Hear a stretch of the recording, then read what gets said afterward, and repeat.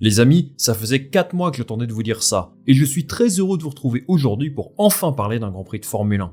Je dois vous dire que j'étais très curieux de voir ce que le premier week-end de F1 de l'année allait nous réserver. Bon, je dois dire que j'ai toujours l'impression d'être en 2022. Verstappen gagne devant Perez, Leclerc abandonne sur problème mécanique, Fernando Alonso est sur le podium, bref, tout est pareil qu'en 2022.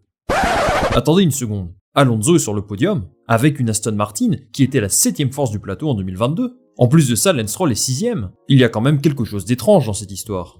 Lorsqu'Alonso annonçait sa décision de rejoindre Aston Martin l'été dernier, je me souviens très bien d'une des premières questions qu'on lui a posées. Pourquoi passer de la 4ème force du plateau à la 7ème ? J'imagine qu'il a dû bien rigoler en voyant le rythme de l'Alpine tout le week-end, qui au passage n'était pas aussi mauvaise que ce qu'on a pu dire. Mais bon, on en parlera dans une autre vidéo. Aujourd'hui, après le premier Grand Prix, le constat est clair. Aston Martin semble avoir sauté le milieu de tableau, et il jouait dans le rythme de Ferrari et Mercedes. Soyons clairs, une saison de F1 c'est très long. Chaque monoplace performe différemment d'un circuit à l'autre, et rien ne dit qu'Aston Martin réussira à maintenir ce rythme toute l'année. Donc il faut garder les pieds sur terre, et attendre quelques courses pour voir ce que ça donne. Tout de même, avouons que la performance est stupéfiante. Ce que je me demande aujourd'hui, c'est qu'a-t-il bien pu se passer pendant l'hiver pour qu'il produise une monoplace aussi forte ? On va tenter d'apporter quelques éléments de réponse à cette question. Remettons les choses dans le contexte. Ce qu'a fait Aston Martin ce week-end à Bahreïn est tout simplement exceptionnel. L'an dernier, leur meilleur résultat était une 6ème place, et ils ont placé les deux voitures dans les points à 3 reprises seulement. Autre stat pour le moins marquante, jamais les deux voitures ne sont passées toutes les deux en Q3 en 2022. En l'espace d'un week-end, Aston Martin a pulvérisé ses stats, et il semble bien parti pour jouer des podiums à la régulière cette saison. Ce genre de performance dans la F1 moderne est extrêmement rare, et les premiers étonnés de cette situation, ce sont les employés d'Aston Martin eux-mêmes. Alonso a décrit son transfert comme un vrai pari, et il n'espérait pas du tout pouvoir jouer avec Ferrari et Mercedes ce week-end. Pour rappel, l'objectif d'Aston Martin est de jouer le titre à partir de 2025. Un objectif ambitieux, mais qui semble tellement lointain quand on regarde leur saison dernière. Vu la voiture qu'ils ont développée cette année, on peut dire sans trop avancer qu'ils ont fait un très bon travail. Mais comment une écurie 6ème ou 7ème force du plateau l'an dernier a-t-elle bien pu jouer le podium à la régulière ce week-end ? J'ai identifié 4 facteurs qui aujourd'hui peuvent leur permettre de se battre à l'avant de la grille. Le premier et le plus important, c'est sans aucun doute leur stratégie de recrutement, avec comme figure de proue Dan Fallows, le directeur technique de l'écurie. Fallows est un pur produit de Red Bull. Pendant près de 10 ans, il était le responsable de l'aéro de l'écurie. Aston Martin l'a recruté l'an dernier et il est la pierre angulaire du projet. L'AMR23 est la première monoplace conçue entièrement par Fallows et son équipe, et ça s'en ressent. Lors de la présentation de leur monoplace, on a tout de suite vu que le design était en décalage total avec la monoplace de l'an dernier. Ils ont changé leur suspension, le nez de l'aileron avant est beaucoup plus plat que l'an dernier, ils ont également des boutons très particuliers et totalement innovants. En bref, il y a tout un tas de détails aérodynamiques qui en font la voiture la plus innovante de la grille, sans aucun doute. Ce qui est intéressant, c'est qu'ils n'ont pas copié à 100% le concept aéro des top teams. Il y a des inspirations de Red Bull, Mercedes et Ferrari à droite à gauche, mais il y a une vraie amélioration dans leur lecture du règlement. Il y a une vraie équipe compétente qui sait ce qu'elle fait et qui a créé un concept de monoplace vraiment unique. Ça, c'est l'apport de Dan Fallows principalement, mais pas seulement. Depuis l'arrivée de Lawrence Stroll, Aston Martin recrute des profils qualifiés à des postes clés dans tous les secteurs importants. Ils sont plus de 800 employés aujourd'hui, alors qu'il y a 3 ans, il y en avait 500, et ils viennent pour la plupart des meilleures écuries. On peut également parler du recrutement d'Éric Blandin ou d'Andrew Alessi dans le département aérodynamique, qui ont travaillé chez Mercedes et Red Bull auparavant. L'équipe a un staff extrêmement cohérent et compétent, et leur team principal, Mike Rack, leur fait totalement confiance. Si Aston Martin peut se rapprocher du haut de tableau, c'est aussi grâce aux investissements réalisés sur ses infrastructures. Alors si vous suivez la chaîne régulièrement, vous savez de quoi je parle. D'ailleurs, si ce n'est pas le cas, n'hésitez pas à vous abonner, ça m'aide beaucoup.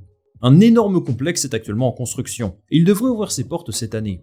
Au programme, 3 bâtiments. D'abord le siège, où la voiture sera conçue et d'où toutes les opérations majeures seront menées, ensuite une nouvelle soufflerie, dont l'ouverture est prévue pour le 3e trimestre de 2024, et un autre bâtiment destiné aux événements et au marketing.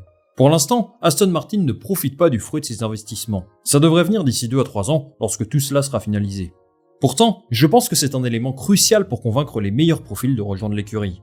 C'est simple, pour que des ingénieurs qui ont travaillé chez Mercedes ou Ferrari décident de rejoindre Aston Martin, il y a besoin de 2 choses. Un meilleur salaire, chose que Lawrence Stroll est prêt à offrir, et surtout un projet qui a du sens. Lorsqu'on voit Aston Martin investir de cette façon, on se dit qu'il y a moyen de rejoindre un projet qui peut marcher. L'aventure vient juste de commencer, et la perspective de construire une écurie qui peut challenger les meilleurs est certainement un argument de vente de poids pour Lawrence Stroll.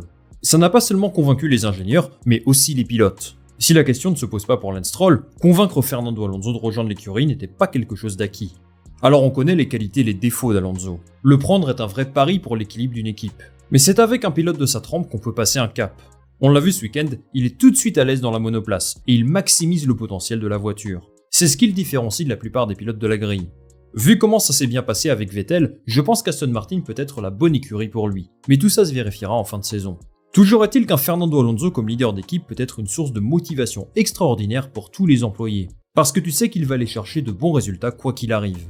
Si Lance Stroll affiche le même niveau que ce week-end, ils ont également moyen de réaliser de bonnes performances avec lui. Ça n'est pas gagné, on connaît son irrégularité. Mais j'aimerais quand même saluer ce qu'il a fait à Bahreïn. Il n'avait aucune expérience de la monoplace et un demi-poignet. Donc bravo à lui et on verra si ça continuera comme ça. Dernière chose qui selon moi explique le gain de performance d'Aston Martin, c'est le budget plafonné. Pour rappel, les écuries peuvent dépenser au maximum 135 millions de dollars pour tout ce qui est lié à la performance de la monoplace. C'est censé réduire l'écart entre les plus grosses écuries et les plus modestes, et donc offrir à tous l'opportunité de se battre pour le titre, sur le très long terme bien entendu. Alors tout n'est pas parfait dans ce système, mais on peut observer que le niveau du plateau semble se resserrer. Mis à part Red Bull qui est sur une autre planète, les candidats au milieu de tableau sont plus nombreux. Avec les bonnes personnes en place et les mêmes ressources que les autres écuries du haut de tableau, Aston Martin peut ambitionner de se battre pour le titre en 2025. Ce qui leur manque maintenant, c'est de combler ce retard structurel. Mais ce qui m'intéresse désormais, c'est de savoir si ce genre de performance peut durer sur l'entièreté d'une saison. On se souvient tous des débuts de Ferrari l'année dernière. Ils devaient jouer le titre et au final ils ont terminé très loin de Red Bull. De mon point de vue, je pense qu'il ne faut pas s'enflammer. Comme je le disais précédemment, une saison de Formule 1 est très longue et Aston Martin connaîtra des trous d'air, comme toutes les autres équipes. Le vrai test pour eux va intervenir sur les 2 prochaines courses. Les circuits de Sakir, de Jeddah et de Melbourne ont des caractéristiques tellement différentes qu'on peut s'attendre à des fluctuations de performance. Sakir correspond parfaitement à la MR23. S'ils ont pris le dessus sur Mercedes et Ferrari, c'est principalement grâce à la gestion de leurs pneumatiques. La voiture était la moins rapide des 3 sur les pneus tendres, mais ils avaient beaucoup moins d'usure que Mercedes par exemple. Même chose sur les pneus durs, c'est vraiment ce qui a fait la différence. Sur un circuit à appui aérodynamique modéré, Aston Martin a brillé. Mais je suis curieux de voir ce que ça donne sur un circuit comme Jeddah, où le faible appui aérodynamique pourrait jouer en la faveur des autres écuries. Et c'est la même chose pour l'Albert Park à Melbourne. C'est un circuit à fort appui aérodynamique cette fois-ci, et ce sera un nouveau test pour eux. Pour devenir une écurie de haut de tableau, Aston Martin devra prouver être capable de performer dans toutes les conditions. En fait, sur les prochains Grands Prix, on va pouvoir juger de leur capacité d'adaptation. Est-ce qu'ils seront capables d'introduire un nouveau modèle aileron arrière ou un nouveau plancher sans perdre de la performance? Ils devront faire évoluer leur monoplace ces prochaines semaines, ça ne fait aucun doute, et c'est un travail très difficile. Les voitures sont tellement sensibles aux moindres changements aérodynamiques que ça peut leur faire perdre non seulement en performance, mais aussi en fiabilité. Si la MR23 a réussi à briller sur les 4 ou 5 prochains Grands Prix, on pourra être confiant pour eux pour le reste de la saison. Une dernière chose importante à suivre sera la course au développement. Mercedes devrait changer radicalement de monoplace à partir du Grand Prix d'Azerbaïdjan. Ferrari va aussi apporter des améliorations, et je ne parle même pas de Red Bull qui est un cran au-dessus du reste. Est-ce qu'Aston Martin a les capacités techniques et structurelles pour suivre le rythme de développement de ces 3-là? À mes yeux, leurs infrastructures ne sont pas encore suffisamment performantes pour se battre pour le championnat. Par contre, pour le top 3, c'est la grande interrogation. Vu l'écart énorme qu'il y a avec les infrastructures de Mercedes et de Ferrari, je serais tenté de dire non. Mais qui sait, avec un développement intelligent et un pilote de ce niveau, ils peuvent peut-être faire des miracles. Aujourd'hui, je pense qu'il ne faut pas trop s'enflammer pour Aston Martin, dans le sens où le vrai test commence maintenant. Ils ne peuvent plus se cacher, et vu ce qu'ils montrent depuis quelques semaines, je serais déçu de ne pas les voir se battre régulièrement pour le podium cette saison. En tout cas, je suis impatient de voir les prochaines courses. Et Aston Martin aura eu le mérite d'animer avec brio ce premier week-end de Formule 1. Et vous, qu'est-ce que vous en pensez? Est-ce que vous croyez Aston Martin capable de jouer les podiums régulièrement cette saison? Ou au contraire, est-ce que le Grand Prix de Bahreïn était une sorte de mirage? Dites-moi tout ça en commentaire, et moi je lirai ça avec attention. Merci beaucoup d'avoir regardé cette vidéo les amis, si elle vous a plu n'hésitez pas à liker, à partager ça autour de vous, et surtout à vous abonner, ça m'aide beaucoup.